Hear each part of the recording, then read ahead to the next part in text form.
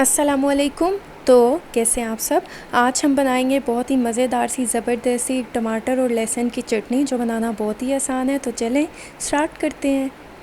बिस्मिल्लाहिर्रहमानिर्रहीम। सबसे पहले हम लेंगे एक ग्रिल या जाली और इसके ऊपर हम रख देंगे टमाटर। मैंने 4 मीडियम साइज़ के टमाटर लिए। अगर आपके पास छोटे साइज़ के हैं तो आप 6 इस्तेमाल कर सकते हैं। अब हम इन्हें लो फ्लेम पे ही रोस्ट करेंगे।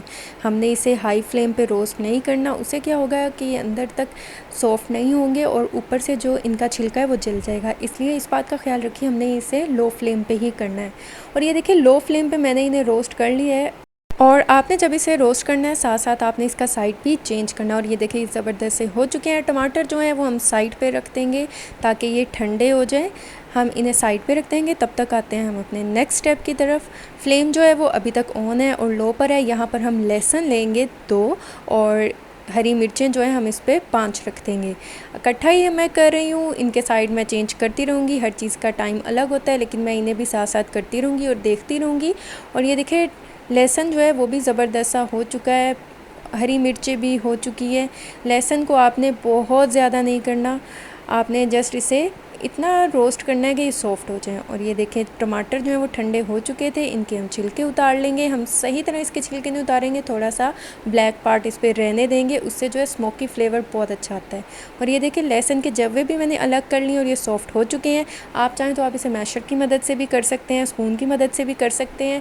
मैं इसको ब्लेंड कर रही हूँ। ये देखिए मैंने इसे ब्लेंड कर लिया है।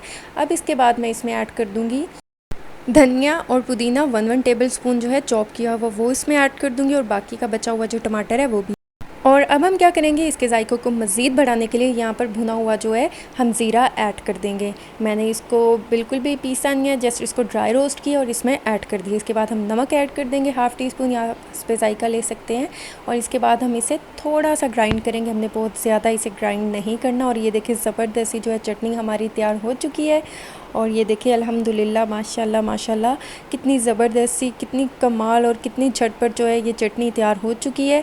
तो आप इसे चावलों के साथ सर्व करें, पराठे के साथ करें, आप इसे बहुत सी रेसिपीज़ के साथ सर्व कर सकते हैं। ये बहुत ही मज़े की है और ये बहुत ही कमाल बनेगी। तो आप इसे ज़रूर ट्राई कीजिएगा और मुझे फ़ीडबैक दीजिएगा। दुआओं में याद रखिएगा। मिलती हूँ नेक्स्ट वीडियो में, तब तक के लिए अल्लाह हाफ़िज़।